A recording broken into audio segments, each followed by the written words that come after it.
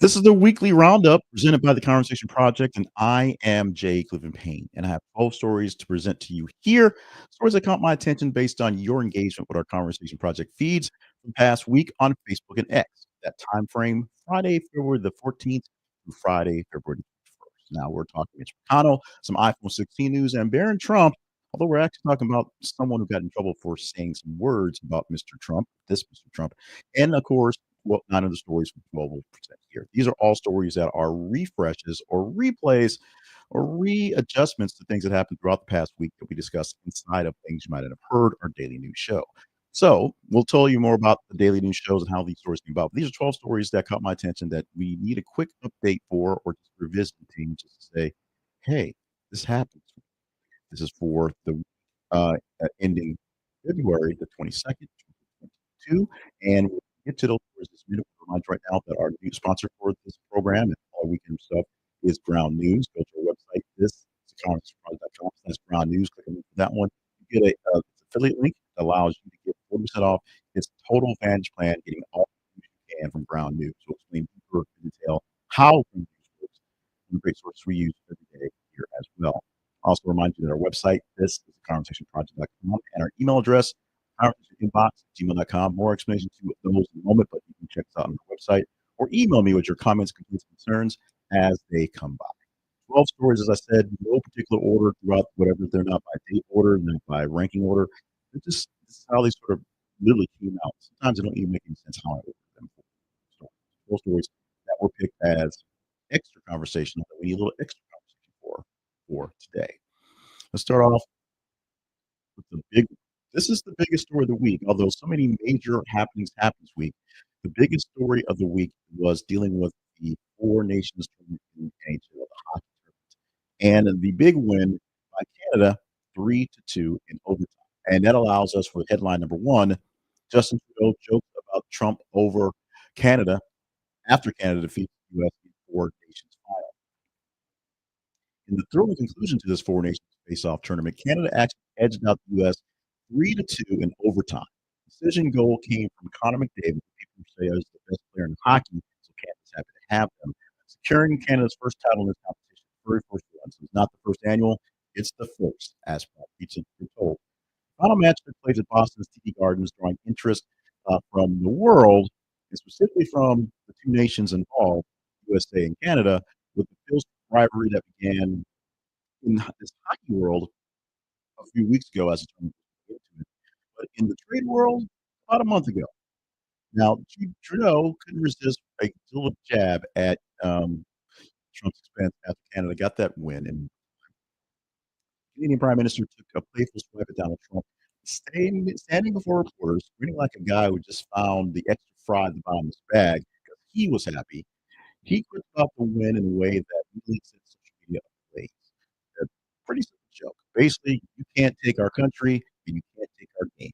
Canada is the originator of hockey because of all the ice. So we threw it out there. And it's a joke.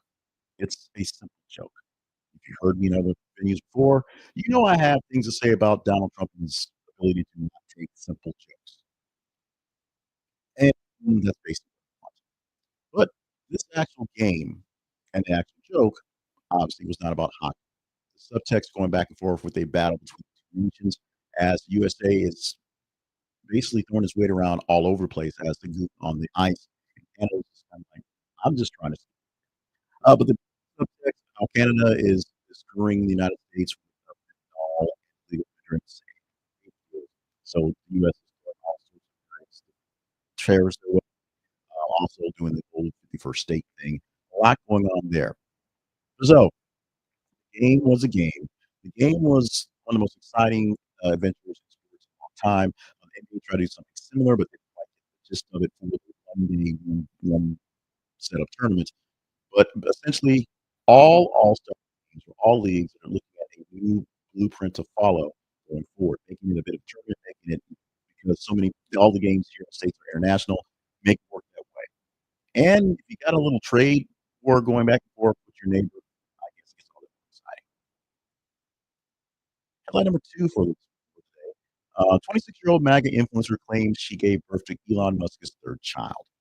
In an interview, Ashley St. Clair described their relationship as beginning with online interactions and leading to in-person meetings and subsequent pregnancy.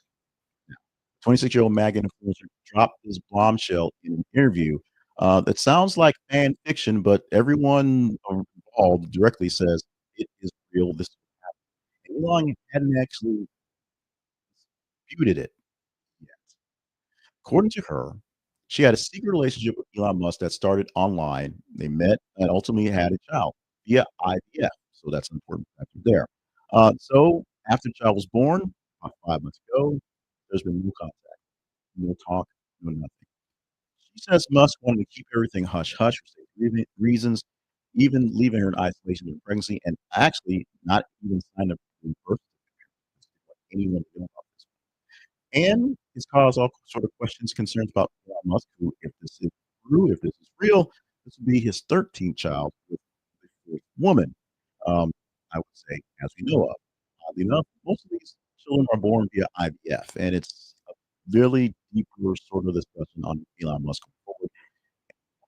We go deep wise forever, but let's go deep into this actual story with St. Clair. Musk is just relationships are just sort of just it's terrible. That's all I say is terrible. He's got 12 kids. Many of his older kids have nothing to do with him, including his daughter, who is trans, who basically has owned him. He's a social media influencer who complains about her dad as many times as possible. Who actually said this is the second time she found out that she had another sibling via social media. Says something what's going on. And now there's also the political stuff behind the actual child going forward and the influence that was picked and how things went on. Musk does not quite denied it. He is going back and forth with trolls, trolling him about having a 13th kid. But as far as responding to St. Clair, one tweet, one message. Wow. That's it. No pluses, no minuses, no anything else. That's what we have going forward. So as far as we can tell, Elon Musk has a 13th child. He can probably provide for it really well. Elon Musk has this child in secrecy, so Sinclair has been on radio silence from what he's used to doing, being an influencer. And this is not the worst of things that Musk was accused of this week, but it's the one that caught most people's attention for review to here in the conversation projects. Roundup. Another beef with another leader of a nation that has been just blown up in the last couple of days, apparently, is between Volodymyr Zelensky and Donald Trump. Headline for story number three: Trump calls Zelensky a dictator after Ukraine's leader accuses him of spreading disinformation. Donald Trump lobbed this verbal grenade at Volodymyr Zelensky, the Ukraine's president, calling him a dictator because, of course, according to Trump, Zelensky is dodging democratic elections and mismanaging billions in U.S. aid, keeping him as just another corrupt leader instead of a president fighting for his country's survival. And in classic Trump fashion, he didn't stop there. He suggested Ukraine should wrap this war up already as a peace negotiation were a quick business deal. They also aren't actually in the negotiations, which makes that kind of difficult. It's the take that he's going on as the provocative sort of big man that Donald Trump is detached from reality, and that's where Zelensky is getting himself in trouble. He fired back saying that he respects Donald Trump as a leader, all the great things he's done, but Zelensky is not a dictator, and Donald Trump, is apparently living in some sort of disinformation bubble where things aren't working out. He shut down the idea that he's personally profiting from U.S. support and made it clear that Ukraine needs the aid it's standing against Russia to keep fighting. The U.S. aid is essentially paid to American contractors, and they send stuff over, food or either, weapons and whatnot. No people as yet. But that's how it works. The aid is set for Ukraine against Russia. It's really buying stuff from the states to send that way, secondhand. So it's bigger. It's bigger than that. But with Donald Trump taking the side of Putin, doing the negotiations, not personally yet, but having people talk with Russia and the US to kind of make these things happen, also not including the European Union, who Trump says will have to pay for it as well, and trying to get Zelensky to sign over documents, give half the mineral rights of the actual nation over to the United States. Just sign this thing, you got about an hour. Zelensky has, I guess, backed off. Yeah, he's willing to sign away some rights, but he needs more protections from the United States specifically, not just that Russia will say, "Oh, we'll stop fighting," because we know they tend to not follow on agreements like that. At number 4, civil case against Jay-Z and Diddy dismissed after allegations of assault. And just like that, this civil case accusing Jay-Z and Diddy together, this case of assault is gone. This the Jane Doe in this case withdrew the lawsuit with prejudice, meaning it cannot be refilled. For the two hip hop moguls, this is a victory in the court of public opinion. Some people still are holding out, so saying that probably happened. They're just making it go away from a legal and legal standpoint. These allegations are tied to a 2000 MTV NBA and resurfaced decades later with fresh scrutiny to their legacies. Both men denied everything from the start, and now they officially are off the hook for the case. The case is dead, it cannot be brought back up. But we've seen powerful figures before dismissing things on these ends, not having the actual shadows go away. So these two rap legends in the lawsuit, it's bigger than just a quick lawsuit. And Diddy has a bunch of them to do it, so he's not up to it by any means. It's about a broader conversation on power, accountability, and the way these cases actually music industry has seen reckoning in recent years. Old accusations finding new life in the Me Too time era where, back in the day, cast couch back in studio stuff.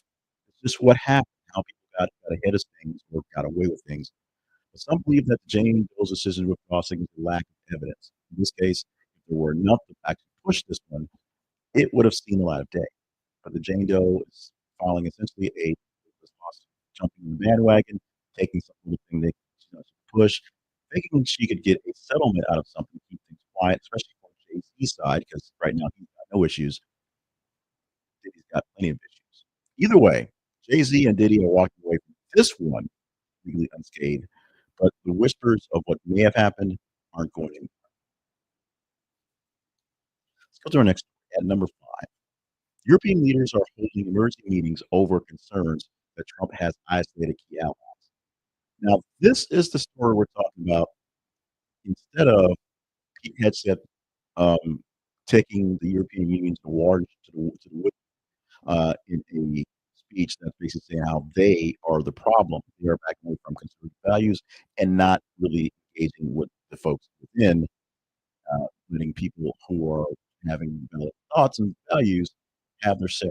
And then meeting with people who are so right wing, they may well just be Nazis without Hitler mustaches. So there's a panic. European leaders called an emergency meeting on Monday to deal with Trump because U.S. Russia peace talks with in Saudi Arabia going on, dealing with Ukraine that does not involve either Europe or Ukraine is a big issue. And so one thing basically saying that we don't understand you, we don't like you, we're going to look otherwise for other friends, and Russia. It's a big shift. Recalibrating alliances that could actually Europe sidelines and decisions that directly impact security for the nation as the United States, the biggest player on the playing field, can really show up, has to have a role into it for its security. But instead of dealing with its friends that always had his back, they're dealing directly with the pseudo enemies, now frenemies, I guess, to basically things work the lines and pushing the friends aside, even for the case when that frenemy throws a fit, throw things off.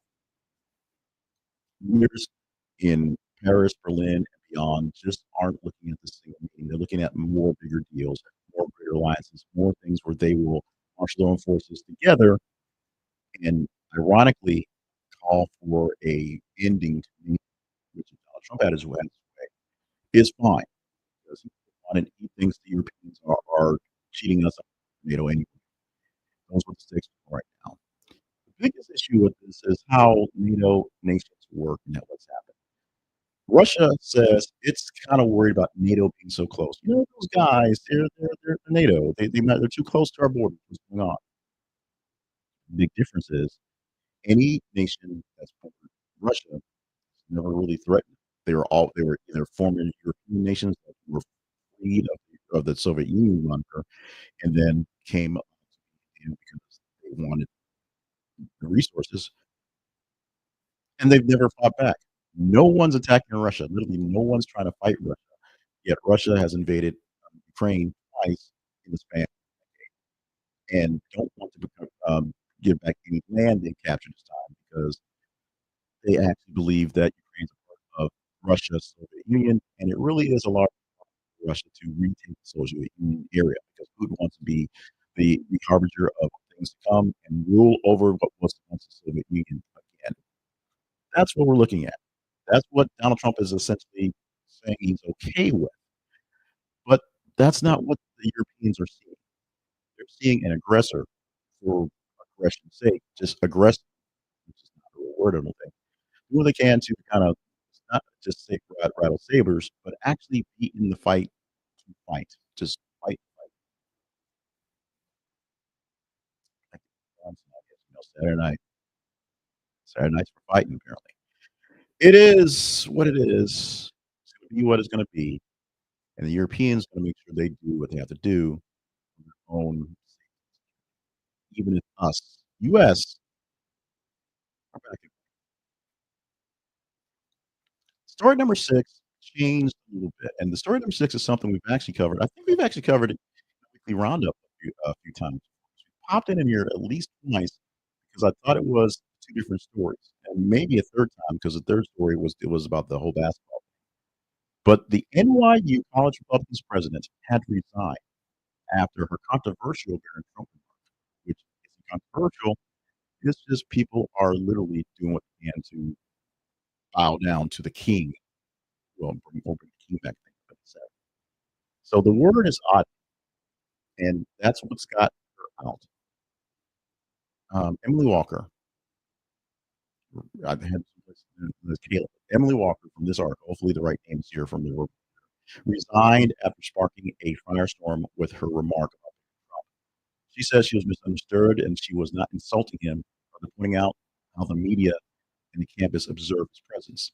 He's an oddity as a presence. He wasn't like a typical Trump, sort of like waving her hands and doing whatever of the college campus life. He does a simple thing. He shows up in a motorcade. They park. He goes to class. He leaves back into that motorcade. They drive away. He goes to his home, which is a skyscraper in Manhattan. He doesn't hang out on campus. He doesn't go to sports ball games. He was even asked, "Hey, you wanna play some pickup ball sometime?" And it seemed like if the story is true, he really wants to play some pickup ball because he's kinda tall and wants to show guys what he's got. And Secret Service was like, "No, we literally aren't playing ball today. We're going home." Whether this is more a plan of, Barron Trump on his own or a Donald and Melania thing to make sure he's protected and safe, he's protected and safe.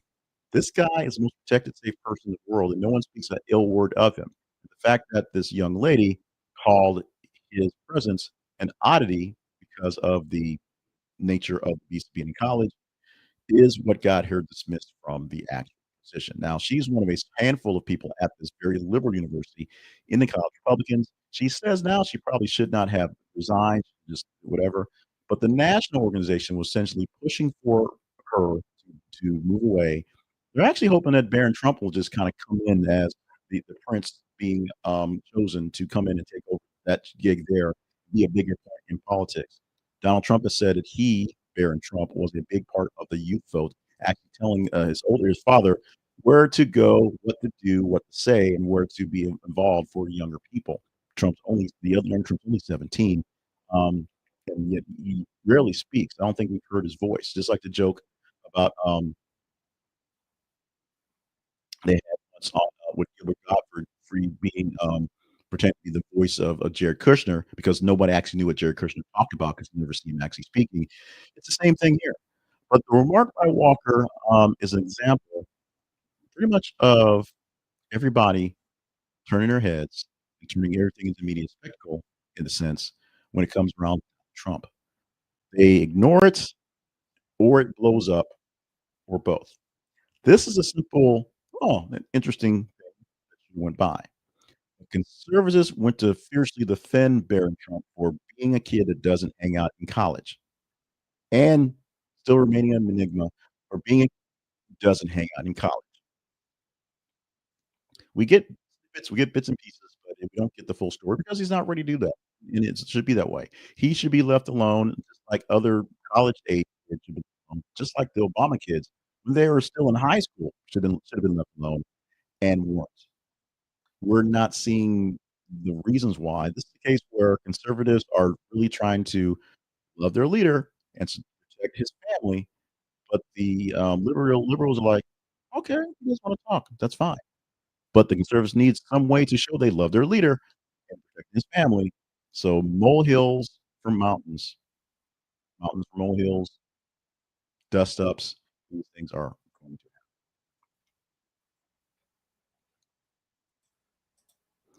take a pause from the news articles right now to get you to you. Won't actually get to you, actually make a connection with you. This thing here, the weekly roundup, is a roundup of stories that we present to you all week long in our feeds, and we did all these stories presented here were actually produced in the main show of the day called Things You Might Have Heard. We'll explain that in just a bit. But in order to get people to engage in our stories, watch news articles, and comment and get some deep details what's going on, I only know how things work if you actually engage in things. We need you to be around to engage in a few things. We're asking you to like, share, and subscribe to the work we're doing. Like the videos like this one right here that you're seeing so more people will see it, and the algorithm will show it to more folks because of that. Plus, I know the stories that I picked this week, the, articles that I have, the actual commentary I'm giving to you is something that you're enjoying, or if it's the fault of the actual, social media platform where all you can do is do it heart or thumbs up. Hate love is also good as well. If you know people who would hate love or love what we're doing, share directly with them as well so that they can see, they can enjoy it, love it, and hopefully they will like it as well.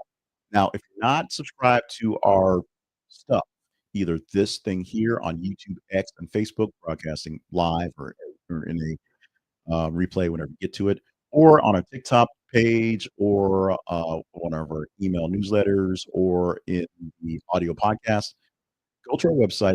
This is conversationproject.com. Subscribe to the form factor that you want that works best for you. And make sure you check out what's going on. As we pop up into your knowledge, your feeds, your feed base, whatever. We do things all day, every day, 7 days a week to give you information, insight, and a bit of commentary. Commentary is purely me back down just just a bit, so we give you the bulk of the information is straight up fact. This is what happened. This is how it happened. This is the way it may affect things. And then I'll say something silly, an idiot. That's fine. But like, share, and subscribe to the view you're doing right now, the video you're viewing right now, and wherever it is you want to see us more of, and we'll present you the best information we can. The best information we can for the Delta passengers on the flight in Toronto that turned over is they're not getting bought out, but they're getting bought out. They're being offered $30,000 compensation, no questions asked, after the plane flipped in Toronto airport. Big price tag, $30,000 for everyone that was on the plane that flipped over. This is the passengers and the crew.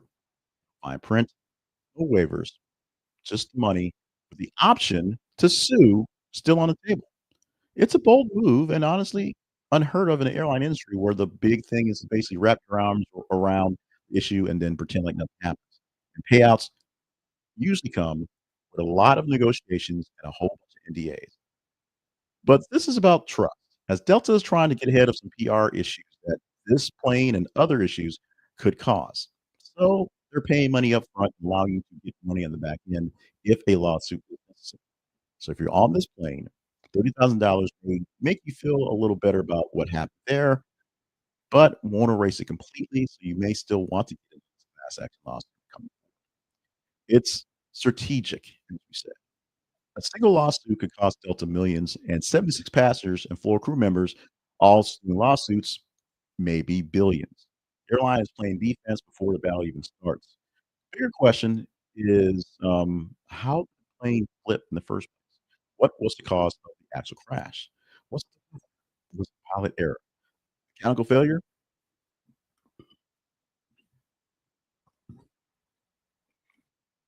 The world still does not know, and it'll take a while to know as the Canadian and American officials who study these things are working the case slowly, methodically. In fact, the fuselage, the actual plane stayed on the runway for a few days because they all wanted to look at it. They all wanted to see exactly what was going on in the issue. So there you go. But if you're on this plane, you're one of the 80 unlucky people to deal with the situation.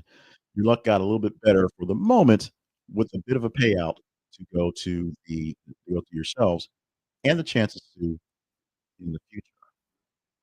We do have actual comment, because my glasses don't work. I can't actually see it.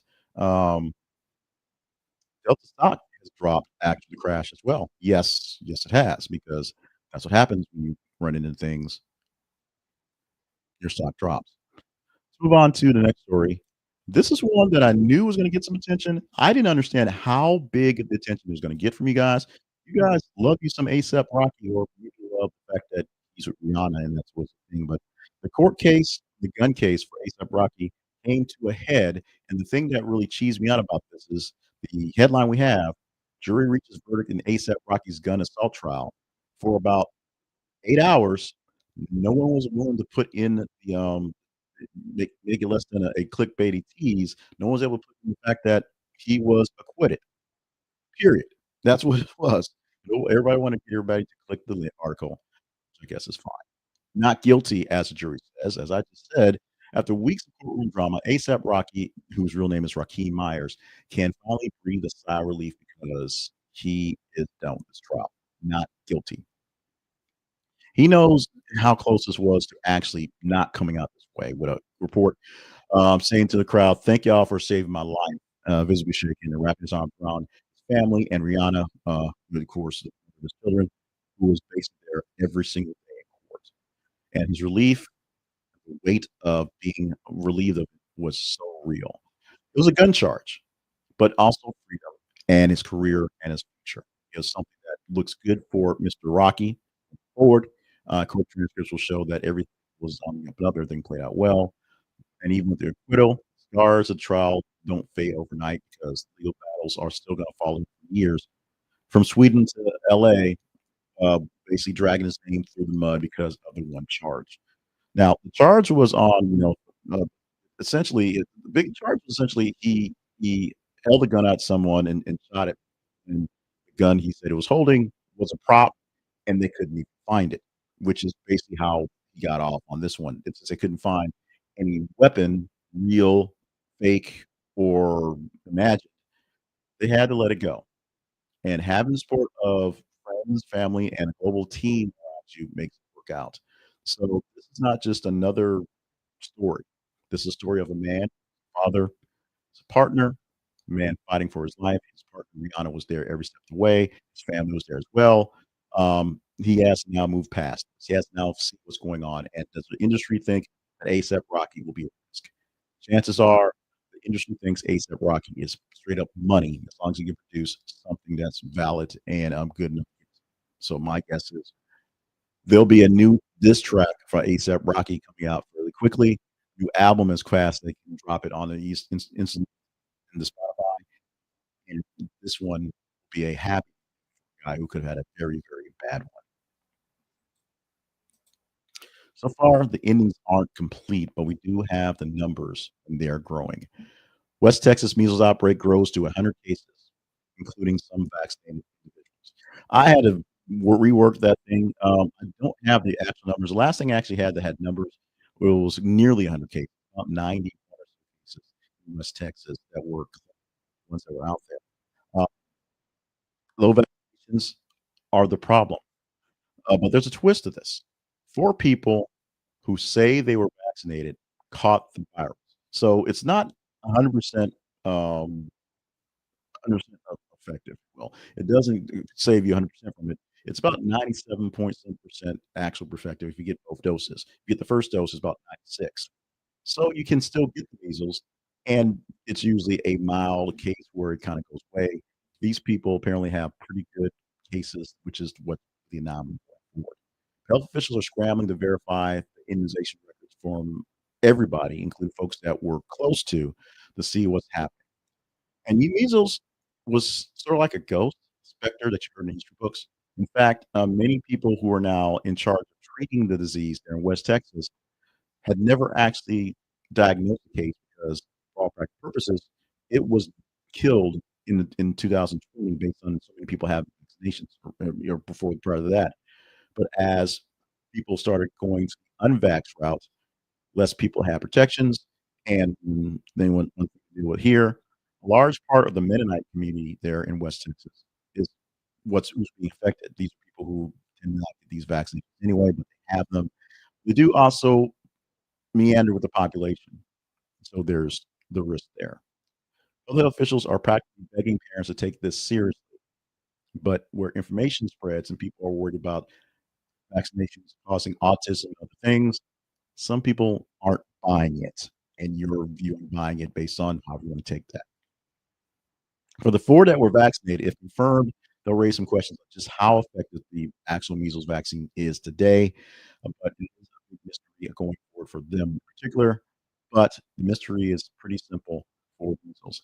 Very deadly, very contagious. If you know someone who has any symptoms that seem like that, send them to the doctor, inform them yourself as much as at number 10, Apple unveils budget-friendly iPhone 16e with AI-powered capabilities.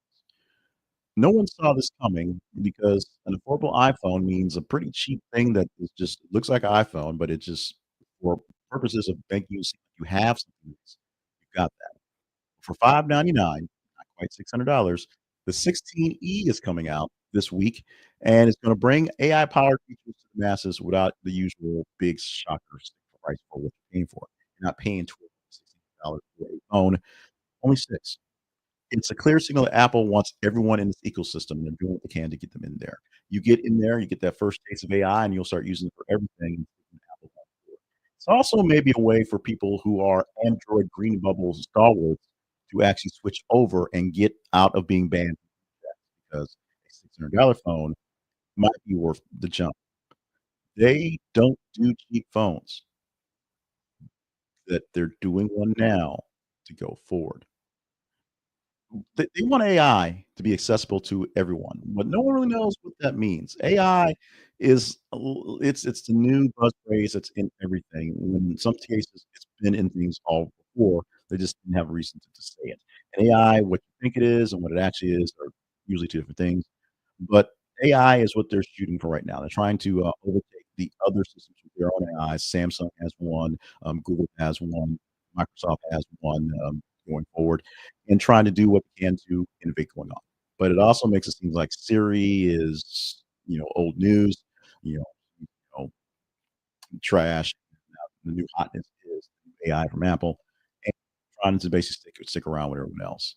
16E might be a solid play for budget conscious users, but it's a strapped down version of the phone with last year's tech and AI put into it. So people will actually notice that it has AI, but the power under the hood is still gonna be a bit lacking. We're actually proud to do this last story, not because we wanna see Mitch McConnell go, but because I mean, you've got to give the man his flowers for doing what he did. Mitch McConnell has confirmed he's not running for reelection in 2026. His long GOP career is now over. The 83-year-old is officially calling it quits. It's 4 decades in the Senate, power broker for most of that time, won't seek reelection in 2026. Um, and he did this actually. He announced this on his 83rd birthday. It was his birthday as they're voting to, confirm Kat Patel that he had a chance to speak, and that's when he said what people pretty much knew for a while was just basically putting the actual words out for the world for the press release that he's out, he's done. Not quite gone, but out and done from the Senate. You can love him, you can hate him, but you have to respect the man for being a force, shaping the modern GOP until the MAGA wing into what was a well-oiled machine. He mastered the art of political abstractions. He stacked the courts with conservative judges. He outmaneuvered opponents with a quiet ruthlessness. That's the word that my script says that I can't read right now. Not about replacing a legend, but it's also about who's going to run the Republican Party going forward. It's a big deal. Now, his departure isn't just about Kentucky because somebody's got to be found there. It's about the leadership of the Republican Party going forward. And we already know that there's a big disconnect in the thoughts and processes between how he wants to do things and how Donald Trump wants to do things and coming between them, which is a lot reason why McConnell has been one of the main staunch non-supporters, voting against most of the actual appointees that Donald Trump put in for confirmation. I think Cash Patel is the only one who's voted for, I believe. The script doesn't have that in there, but I think he voted for one, and Cash Patel was the only major one that got nods and had some people scratching heads on that one. Um, Trump loyalists and old school conservatives like McConnell are playing the long game, though. So they have to figure out what's going to happen. And McConnell's not going really away. He's got 2 more years into his term, so he's got to show for work a little bit. He's also going to be pretty highly sought after for commentary and for consulting, either from the big boys who want to make money off the government or the big boys who run the government inside and need a little edge. Although many of those MAGA people may try to find a way to push him to the side, Mitch McConnell's played the game long enough. He knows fine. A game, a true game, is happening in New York City. We are not talking about Mangione, which we'll talk about next week because that's that article is actually going to happen on Friday, and that is spectacle. We're talking about another hearing that's a spectacle, another court case, a spectacle, and a person who is a spectacle, who is Mayor Eric Adams. The judge actually postpones the ruling on dismissing his corruption case, but it's not that simple. The takeaway from the no decision from Judge Dale E. Ho's latest move against Eric Adams' corruption case is having people scratching heads, but the judge is trying to be thorough in this case. He put a pause on the situation, which is unusual, both pause and situation, stressing a need for the careful review. Legally, politically, and court of public opinions are 3 different places. They all have their big say in what's happening. Adams is under fire for essentially corruption cases, having things where it seems like he's giving favors to people in other nations in New York City for what he's getting from them. He denies them all. Now, the political part is Eric Adams has aligned himself extremely closely with the Trump administration, as it was pretty obvious the Trump administration was coming into place. And even before that, saying a whole lot of things against Joe Biden as his administration was crumbling as the scene. So with that, the Trump administration would like Eric Adams' help in New York City, a hotbed of immigration issues and a sanctuary city where they at one point were allowing people to come in and then dealt with the issues that came about with that, and then decided, "Oh, no, we need to cut this off." So if this little indictment goes away, these cons these corruption charges were to just disappear, Eric Adams can go back to work. That's what we're playing here.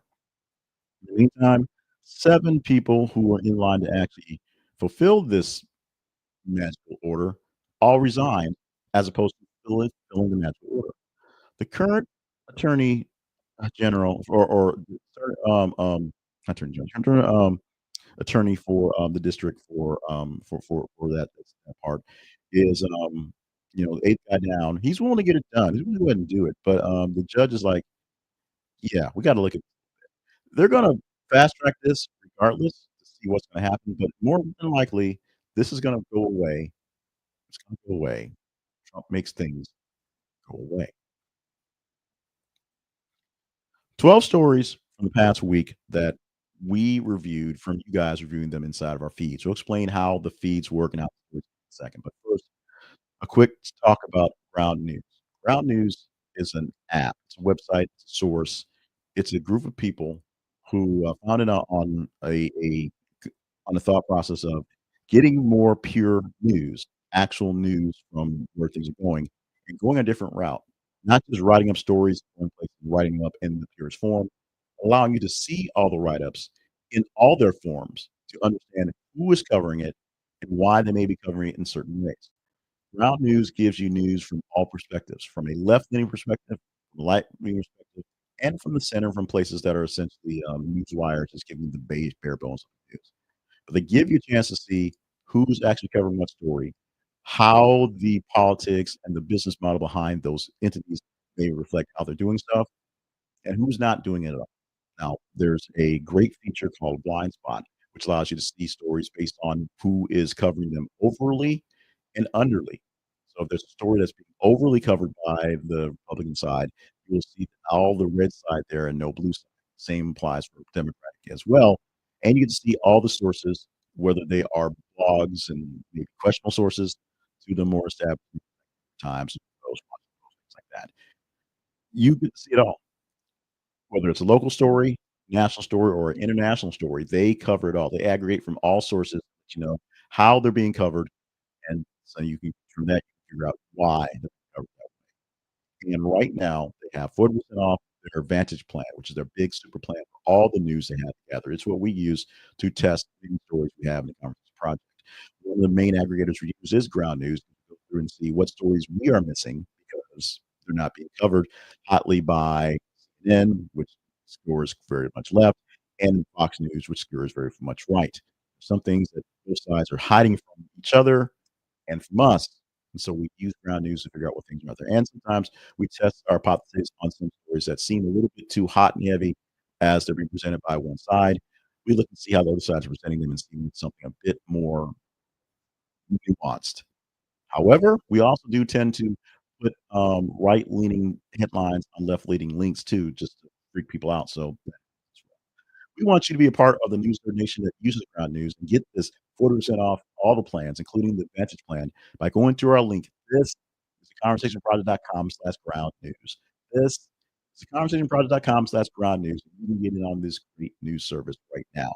This is an affiliate link, so we get a small commission for you signing in for Ground News. It's what we do. But what we do is offer great information, a little bit of commentary, but great information on some stories that aren't quite being covered the way they should be. They're conversational.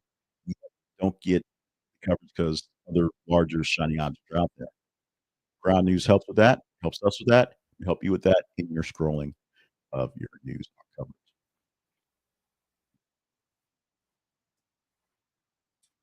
The Conversation Project lives online at this is theconversationproject.com.